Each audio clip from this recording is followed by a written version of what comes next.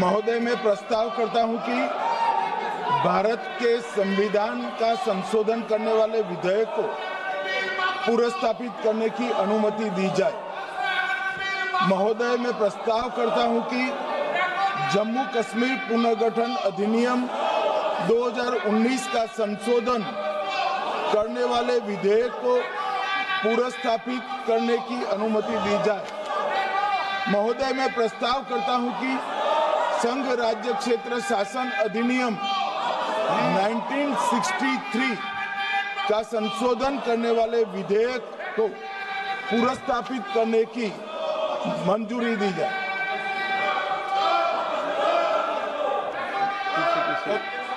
कर दिया। श्री असाउद्दीन ओवैसी जी। Sir, I stand to oppose the introduction of J&K Reorganization Amendment Bill 2025, Union Territories Amendment Bill 2025, and the Constitution 130 Amendment Bill 2025, sir. Sir, this violates principle of separation of powers, due process, undermines the right of the people to elect a government. Sir, it gives executive agencies a free run to become judge and jury executioner based on flimsy allegations, suspicions, sir. Sir, only when an offence is proved beyond reasonable doubt, then only you can leave the post and the membership. But here a mere accusation, allegation, the punishment of losing one ministerial post will follow.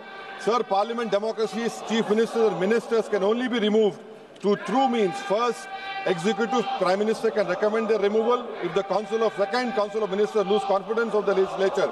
Now this bill would empower the unelected executive bureaucracy to play the role of legislature. Sir, it undermines representative parliament democracy. This amendment would leave the minister and CM at the mercy of executive agencies. The severity of the amendment is not only in the fact that one loses their position if they are arrested, but even if they are detained. Detention and administrative action doesn't require offence to be made. Sir, the chief minister will not be able to accountable people. I want to know from the Honourable Home Minister, as he read Article 74(1), which says that the Council of Ministers headed by the Prime Minister to aid and advise the President who shall, in exercise of his function, act in accordance with such advice. Now this bill clearly violates 74(1). Sir, this is the 1933 Gestapo when Gestapo was found in Germany. This government is hell-bent on creating a police state. This will be a death knell and leash on elected government, sir. Indian Constitution is being amended to turn this country into a police state. BNS 152, the Home Minister promised in this House that sedition would not be used. Section 316, Section 9 of BNS, PMLA Section 4, all these can be used to destabilize an elected government, sir. That is why I oppose the introduction of all these three bills. This is nothing but creating a Gestapo to ensure that our democracy does not survive. And may I tell the Honourable Home Minister, despite his promise on BNS 152 has been used against a senior journalist, Siddharth Vardhan, Assam also. That is why I oppose this introduction of three bills, sir. Thank you. Tiwari. Speaker, sir, I rise to oppose the introduction of these three bills under Rule 70(1) of the Rules of Procedure and Conduct of Business in the Lok Sabha. This bill is squarely destructive of the basic structure of the Constitution. अध्यक्ष महोदय, भारत का संविधान का जो मूलभूत ढांचा है वो ये कहता है कि कानून का राज होना चाहिए. There should be rule of law. और उस rule of law, कानून के राज की बुनियाद है कि आप बेगुनाह हैं जब तक आपका गुनाह साबित नहीं किया जाता. You are innocent until proven guilty. This bill stands that fundamental maxim of jurisprudence on its head. It makes an investigating officer the boss of the Prime Minister of India. The second ground on which I oppose this bill, it violates Article 21, the due process clause. FIR, arrest, charge sheet, and even framing of charge does not in any manner substantiate guilt. In fact, you plead not guilty only after charges are framed against you. This bill turns the fundamental jurisprudence of Article 21 on its head. Number 3, it distorts parliamentary democracy, which is again basic structure, by displacing will of the people through mere custody, bereft of judicial determination. अध्यक्ष जी, ये बहुत ही संवेदनशील विधेयक है. मेरे 2 बिंदु और हैं, मुझे कृपया. चौथा, on the fourth ground is it opens. Please माननीय सदस्य, आप नियम 72 के तहत विरोध कर रहे हैं. अध्यक्ष जी बिल्कुल. जब कभी बिल आपका सदन में आए, जब आप डिटेल में चर्चा करते हैं. अध्यक्ष जी, अभी नियम 72 के विरोध के बाद सारांश बोलने की परमिशन दिए. जो रूल 72 है वो 2 चीज कहता है. एक लेजिस्लेटिव कॉम्पिटेंस, एक general opposition of the bill, जिसकी स्वीकृति आप दे सकते हैं.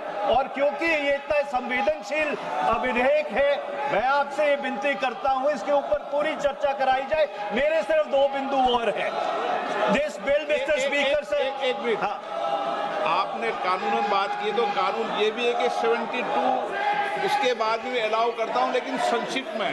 बिल्कुल संक्षिप्त में अध्यक्ष जी. आपको डिटेल में चर्चा मेरे सिर्फ 2 बिंदु और हैं.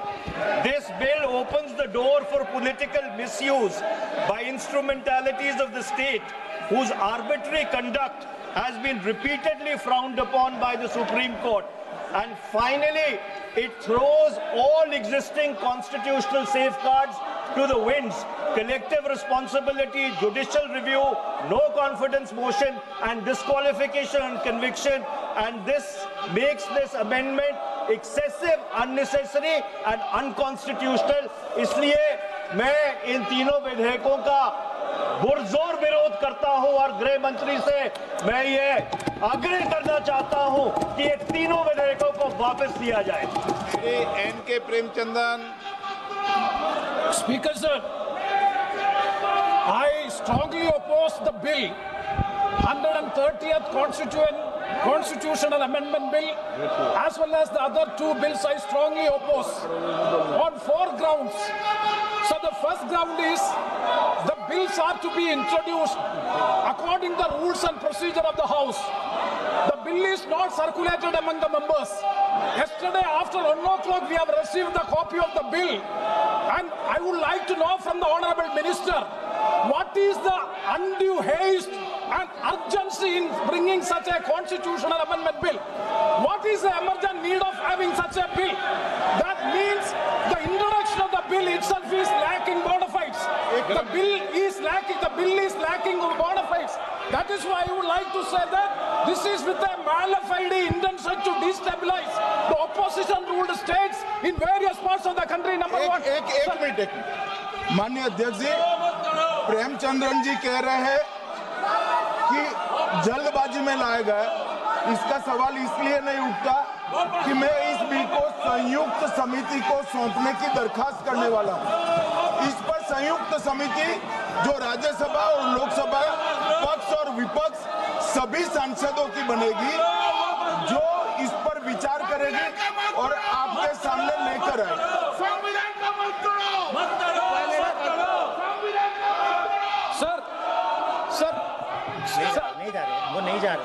Sir, I do agree with the Honourable Minister, but at the same time, the members are having the right to oppose the bill at the time of introduction. This is the legitimate constitutional right of each and every member to oppose the bill at the time of introduction of the bill. That is being contained. That is the problem which I am trying to say. And the second one is that is disqualification. Shri Venugopal.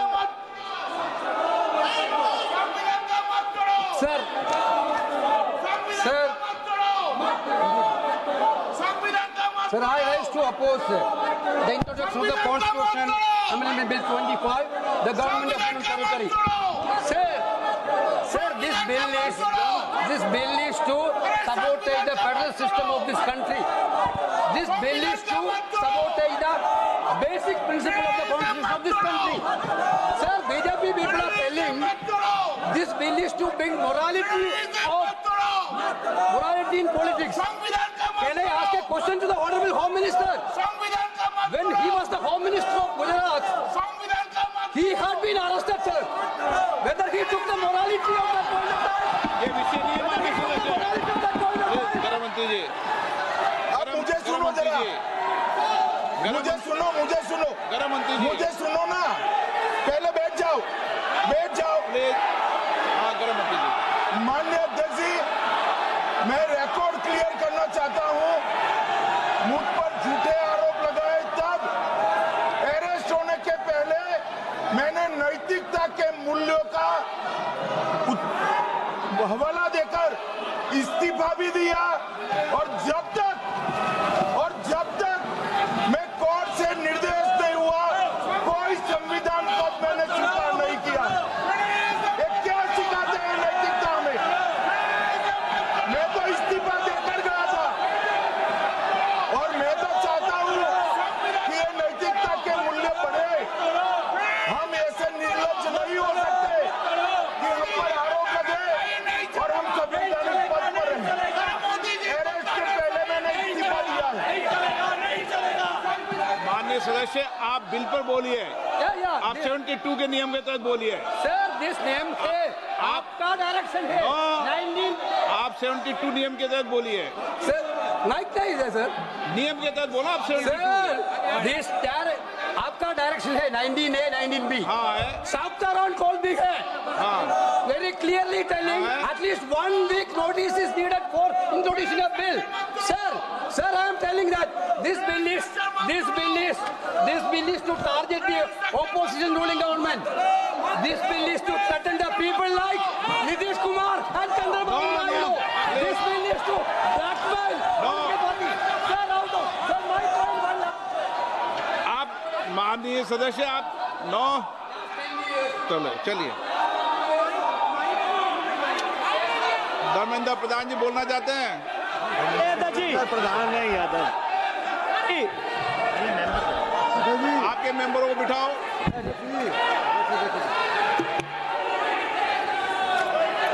धन्यवाद अध्यक्ष जी।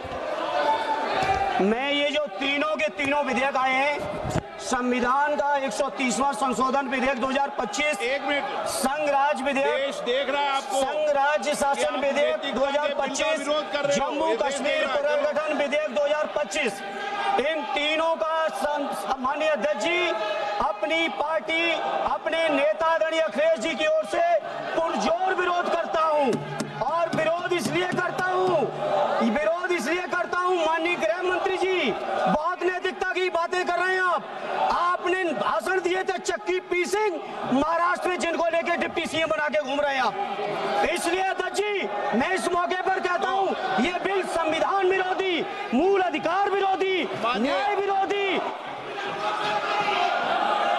माननीय अध्यक्ष जी, मैं प्रस्ताव करता हूं कि भारत के संविधान का संशोधन करने वाले विधेयक, संघ राज्य क्षेत्र शासन अधिनियम 1963 का संशोधन करने वाले विधेयक और 2019 का और संशोधन करने वाले विधेयक को माननीय अध्यक्ष जी द्वारा नाम निर्दिष्ट किए जाने वाले इस सभा के 21 सदस्य और उपसभापति द्वारा नाम निर्दिष्ट करने वाले 10 सदस्यों के मिलकर बनने वाले सभाओं की संयुक्त